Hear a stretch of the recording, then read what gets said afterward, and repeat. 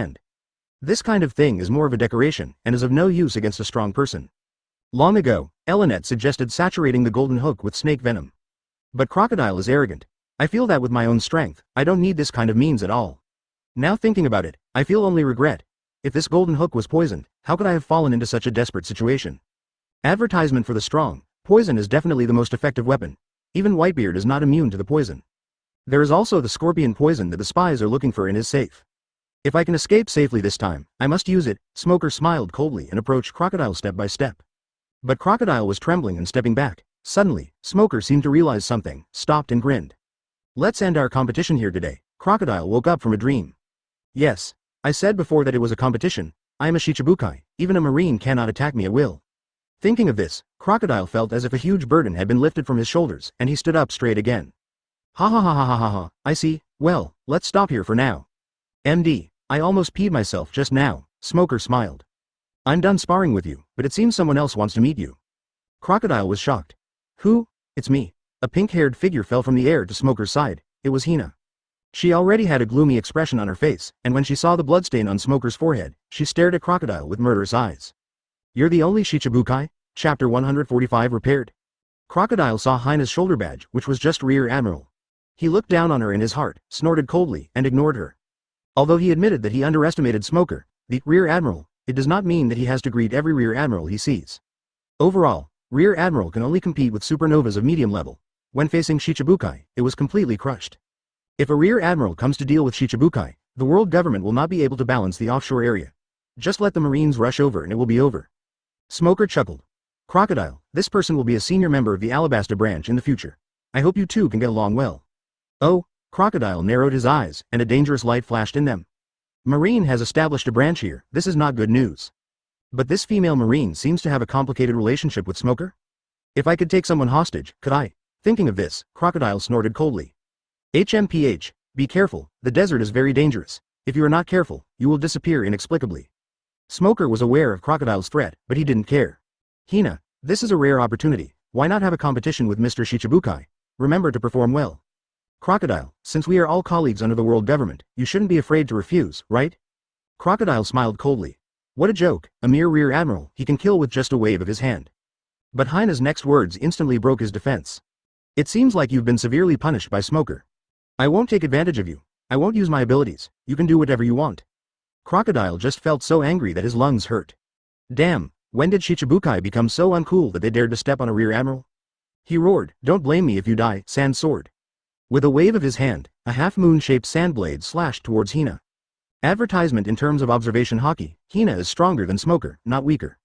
It's just that she is better at sensing range, so she has not awakened the ability to foresee the future. But prediction is more than enough to deal with this kind of attack.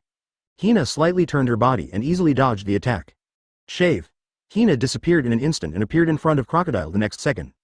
Finger pistol. 5 hits, damn it, arm and defend. With a puff, Hina's right hand turned into a claw, and the tips of her 5 fingers pierced into Crocodile's chest, and blood dripped from her fingertips. If Crocodile hadn't reacted quickly, covered his chest with hockey in time, and then grabbed Hina's wrist with his left hand, he would have probably had a piece of flesh torn off.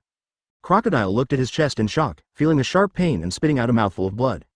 A hole. He tightened his left hand, ready to absorb Hina's moisture. Hina frowned, and armament hockey covered her arms, blocking his abilities. Then he swung it hard and threw Crocodile out. Hina stroked her pink hair and said disdainfully, is this the level of Shichibukai? Hina is very disappointed. However, the standards of this Rear Admiral department are so high now? Crocodile didn't care about him, he was a useless guy anyway. Do you have any collars or bracelets for slaves? The kind that explode when they leave a certain range? Smoker stared at it for a while, but ultimately did nothing. Don't think Hina defeated Crocodile easily, but Smoker noticed the direction he left. Smoker ignored him, turned around and walked away, put his arm around Hina's shoulders and left. Moreover, Crocodile's strongest point is not his force, but his trickery, so you have to be on guard. So, you must get along well, understand, Mr. Shichibukai?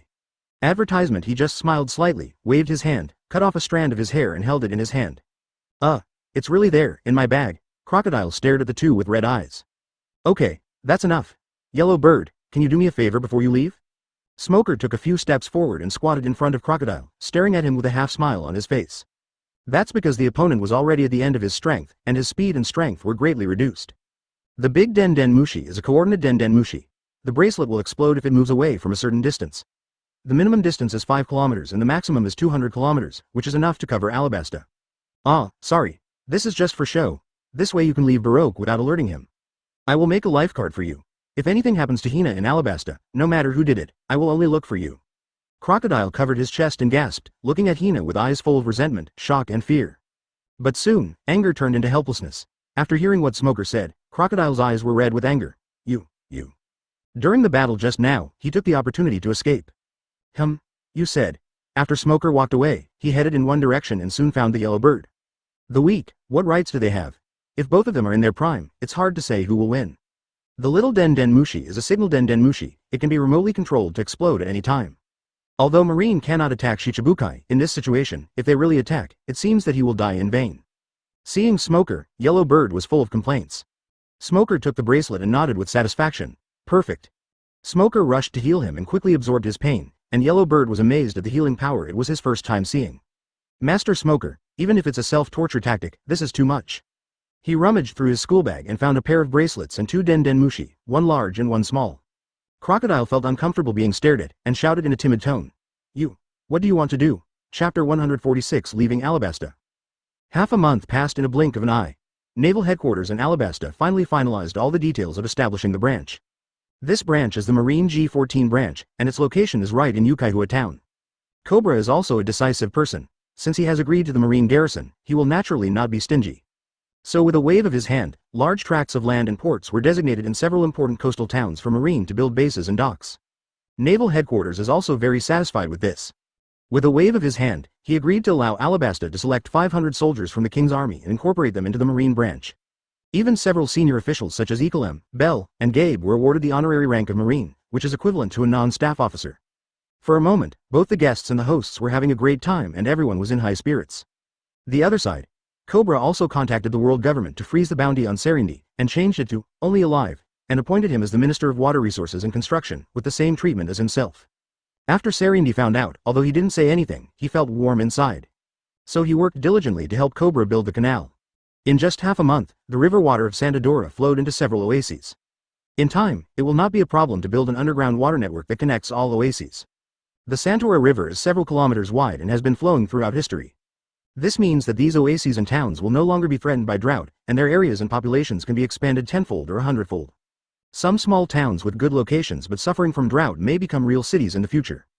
Cobra once calculated that the population of Alabasta is less than 1/10 of other large countries of the same area. 90% of the population is concentrated on the coast or in water areas. In the vast inland, there are only some small towns in the scattered oases. On Smoker and Hina's side, the two of them were being affectionate with each other while staring at Serindi. Especially Smoker, he had no trust in these fierce pirates. But he also had to admit that Serindi's ability was too important to Alabasta.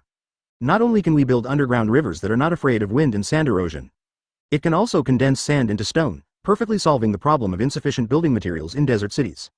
It can be predicted that Alabasta will usher in a vigorous era of development. Thinking of the streets he bought in Sabaody Archipelago, the annual rent was almost catching up with the original house prices, so he secretly told Hina. The other, remember, in the name of G16, buy land near the largest oases. I'll give you another 4 billion Baileys, and you can buy more houses for yourself. The branch construction funds are very tight, I guess we can't spare much money? Advertisement, it's okay, contact the headquarters for additional funding. But if the headquarters won't give it to you, let Zane find Dewfield and borrow as much as he can. Okay, Hina will remember. Smoker's eyes were burning. Now, each house in the oasis is worth only tens of thousands or hundreds of thousands of Baileys, and the surrounding land is even offered for free without anyone wanting it. In 10 or 8 years, it will be possible to sell for tens of thousands or even hundreds of thousands of Baileys per square meter in prosperous areas. Now it is just picking up money. Suddenly, it was time for Smoker to leave. Even though Hina was very reluctant to let him go, she did not try to persuade him to stay. She understood that although Smoker was nominally on vacation, he actually had his own tasks. One could even say that Alabasta was an unexpected gain. The next stop, Sky Island, is his most important destination. Before leaving, Hina, Cobra, Bell and others came to see him off. To Smoker's surprise, Serindi was there too. He thought for a while and took the initiative to find Serindi. There's something I wanted Hina and King Cobra to tell you, but since you're here, I'd rather make it clear in person. Given my personality, I would never let a serious criminal like you go. But I am not as extreme as Mr. Akainu after all. These days, I have seen your determination and actions, and I am willing to give you a chance to change your life. But it's impossible for me to leave you here regardless, so. Smoker took out the 2 slave bracelets. Serindi's pupils shrank. What is this? This is the Celestial Dragon's slave bracelet. Once you put it on, if you leave Alabasta or try to dismantle it violently, it will explode. This bracelet contains high explosives, powerful enough to blow off your hands. Serindi's expression changed, but he didn't say anything, choosing to continue listening. Even if Hina is in Alabasta, she can't always keep an eye on you, so you have 2 choices.